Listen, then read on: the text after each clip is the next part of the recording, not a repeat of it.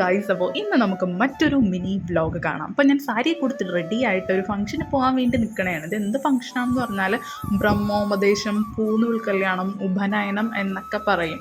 നിങ്ങൾക്ക് ഏത് പേര് വേണമെങ്കിലും ഇടാം. ഇതെല്ലാം കറക്റ്റാണ് എന്നാണ് എൻ്റെ ഒരു വിശ്വാസം. ഇനി തെറ്റാണെങ്കിൽ നിങ്ങൾ എന്തായാലും താഴത്തൊന്ന് കമൻറ്റ് ചെയ്യുക. അപ്പോൾ എൻ്റെ കസിൻസ് എന്നല്ല, ഇവരുടെ ചിറ്റയാണ് ഞാൻ, ചിറ്റ, അതാണ് സത്യം. അങ്ങനെ ഇവർ രണ്ടുപേരും ബ്രദേഴ്സാണ്. ഒന്ന് ഇഷാനും പിന്നെ മറ്റേത് വിദ്യാസാഗറും. ഇവർ രണ്ടുപേരും ചേട്ടനും അനിയനുമാണ്. പിന്നെ മൂന്നാമതൊരാളും കൂടെ ഉണ്ട്, പക്ഷെ അയാൾ തീരെ ചെറുതാണ്. ഇനി അയാളുടെ പിന്നെ ഉണ്ടാവുള്ളൂ ഈ ഒരു ഫംഗ്ഷൻ. അങ്ങനെ ഫംഗ്ഷനൊക്കെ ഏകദേശം പകുതിയായി. ഈ പകുതിയായ സമയത്ത് ഈ രണ്ടുപേരും കാശിക്ക് പോകാൻ നിൽക്കും. അങ്ങനെ കാശിക്ക് പോകരുതെന്ന് പറഞ്ഞിട്ട് ഇവരുടെ അമ്മാവന്മാരിങ്ങനെ തിരിച്ച് വിളിക്കും. ആ ഒരു ചടങ്ങാണ് നിങ്ങളിപ്പോൾ കാണുന്നത്. അങ്ങനെ അവർ കാശിക്കൊന്നും പോയില്ല, തിരിച്ച് വീട്ടിലേക്ക് വരുന്ന സീനാണ്. അങ്ങനെ വീട്ടിലേക്കൊക്കെ വന്ന് പിന്നെ ബാക്കി ചടങ്ങുകളൊക്കെ കണ്ടിന്യൂ ചെയ്യണം.